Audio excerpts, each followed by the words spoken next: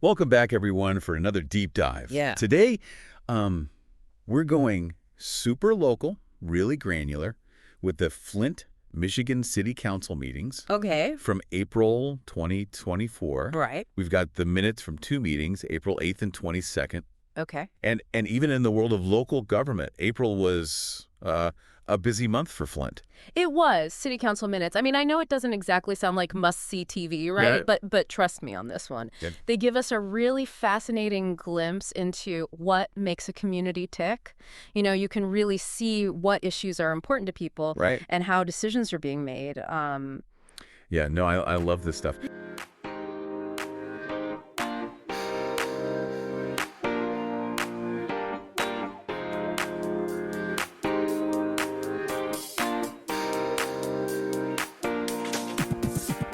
So what jumped out at you when you first looked at these minutes? What was particularly noteworthy?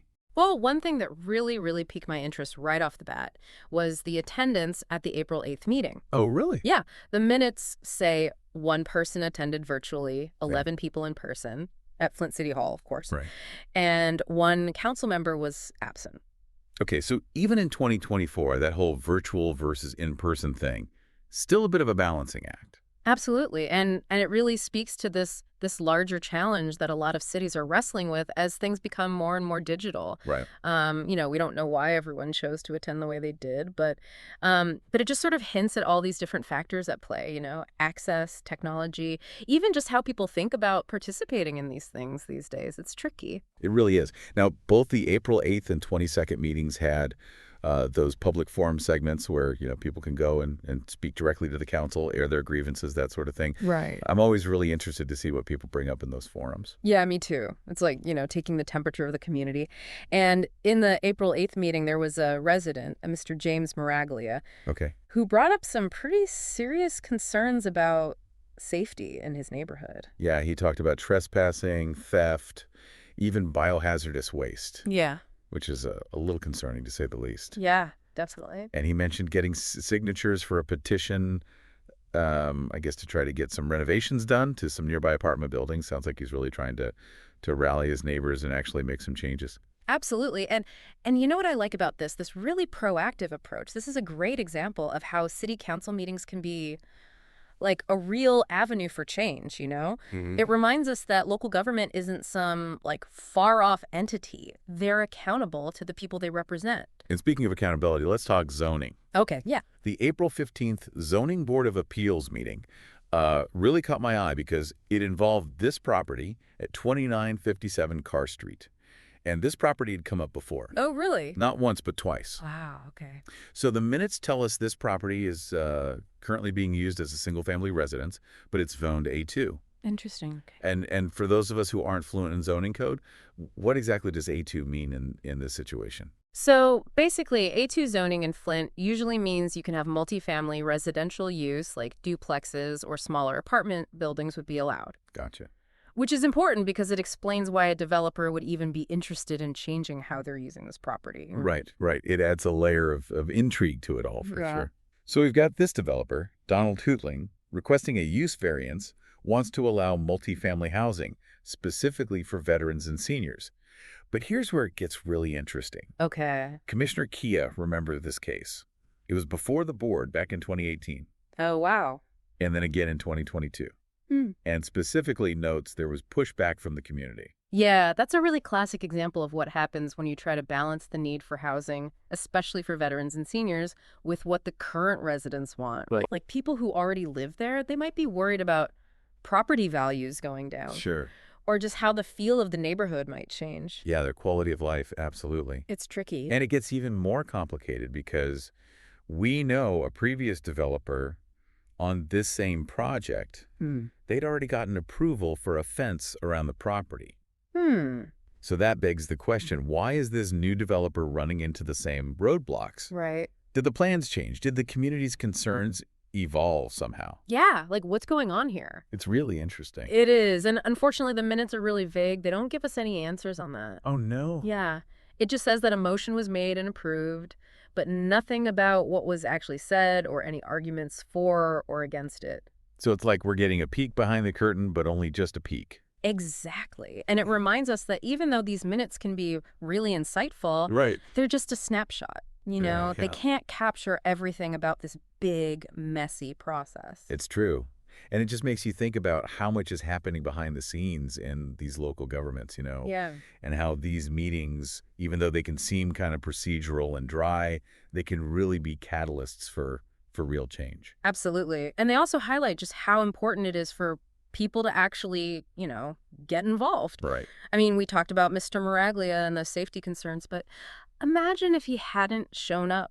Right. If he hadn't gone to the effort of getting those signatures and voicing those concerns, who knows? Yeah, exactly. It makes you wonder how many other problems just go completely unaddressed because, well, people aren't even aware these forums exist, or they just don't think they can make a difference. Yeah, it's easy to feel disconnected from these local governments, right? Like their voice doesn't really matter, or that these meetings are just for some kind of insiders club. Right. But Mr. Moralia is a perfect example of how even one person speaking up can have a real impact. Exactly. And these meetings, they're not just for show.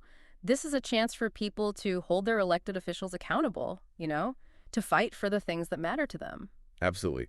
And even if you can't physically be there in person, a lot of cities, Flint included, they're putting the minutes online. Some even live stream the whole thing, which is great. It's amazing, right? You can be sitting at home in your pajamas and still see what's going on with your local government. Exactly. It's almost like civic education in a way, Yeah. because by seeing how these meetings work, how decisions get made, how all the different sides are considered, people get a much better grasp on how their city actually runs, which is really cool. Yeah, absolutely. Okay, so we've talked about citizen engagement, but these minutes also give us a really interesting look at how the council itself operates internally. Mm-hmm. We see motions being made, seconded, discussed, voted on.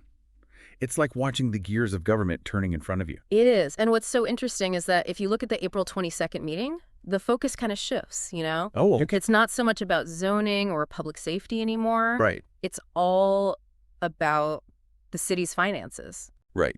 You get into the nitty-gritty there. The minutes mentioned that they reviewed financial statements, even highlighted the city's total revenue, which was $375,000. So for those of us who aren't, financial wizards, what does that number even tell us? Is that a lot? A little? Put it in perspective.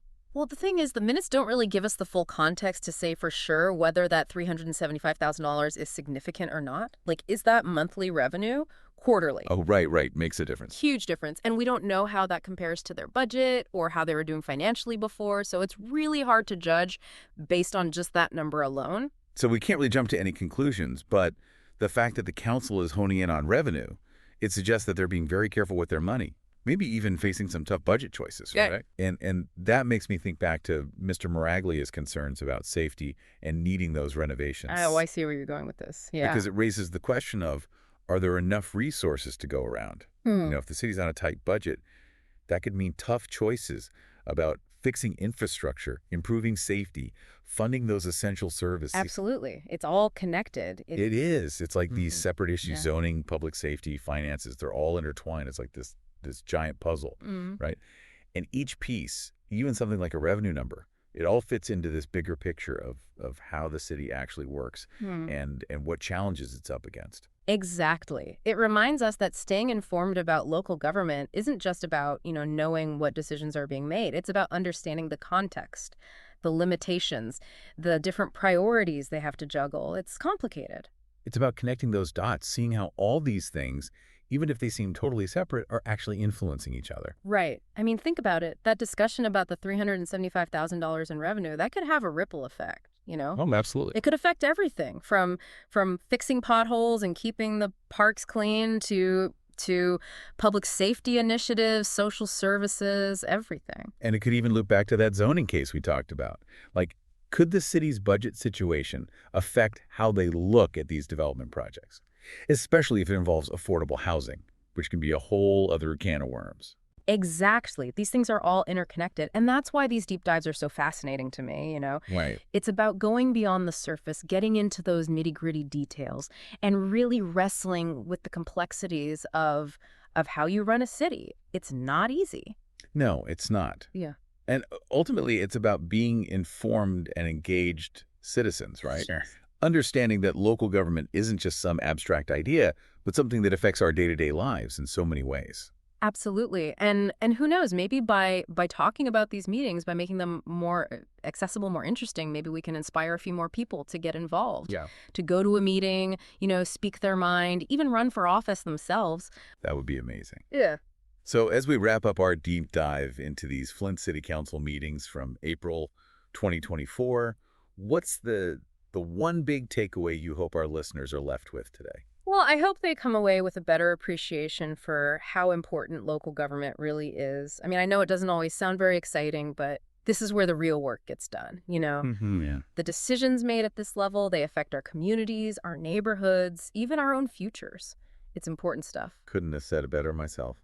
And for our listeners who want to keep digging into the inner workings of Flint's local government, we'll be sure to link to the City Council website in the show notes. Yes. You can find meeting schedules, agendas, even information on how to actually get involved if you're feeling really ambitious. And hey, maybe we'll see some familiar faces at the next meeting. That would be great. A huge thank you to everyone for joining us on this deep dive into the Flint, Michigan City Council meetings from April 2024. Make sure to like, subscribe, and let us know down in the comments what city or town you'd like us to deep dive into next. Until then, keep exploring, keep learning, and keep diving deep.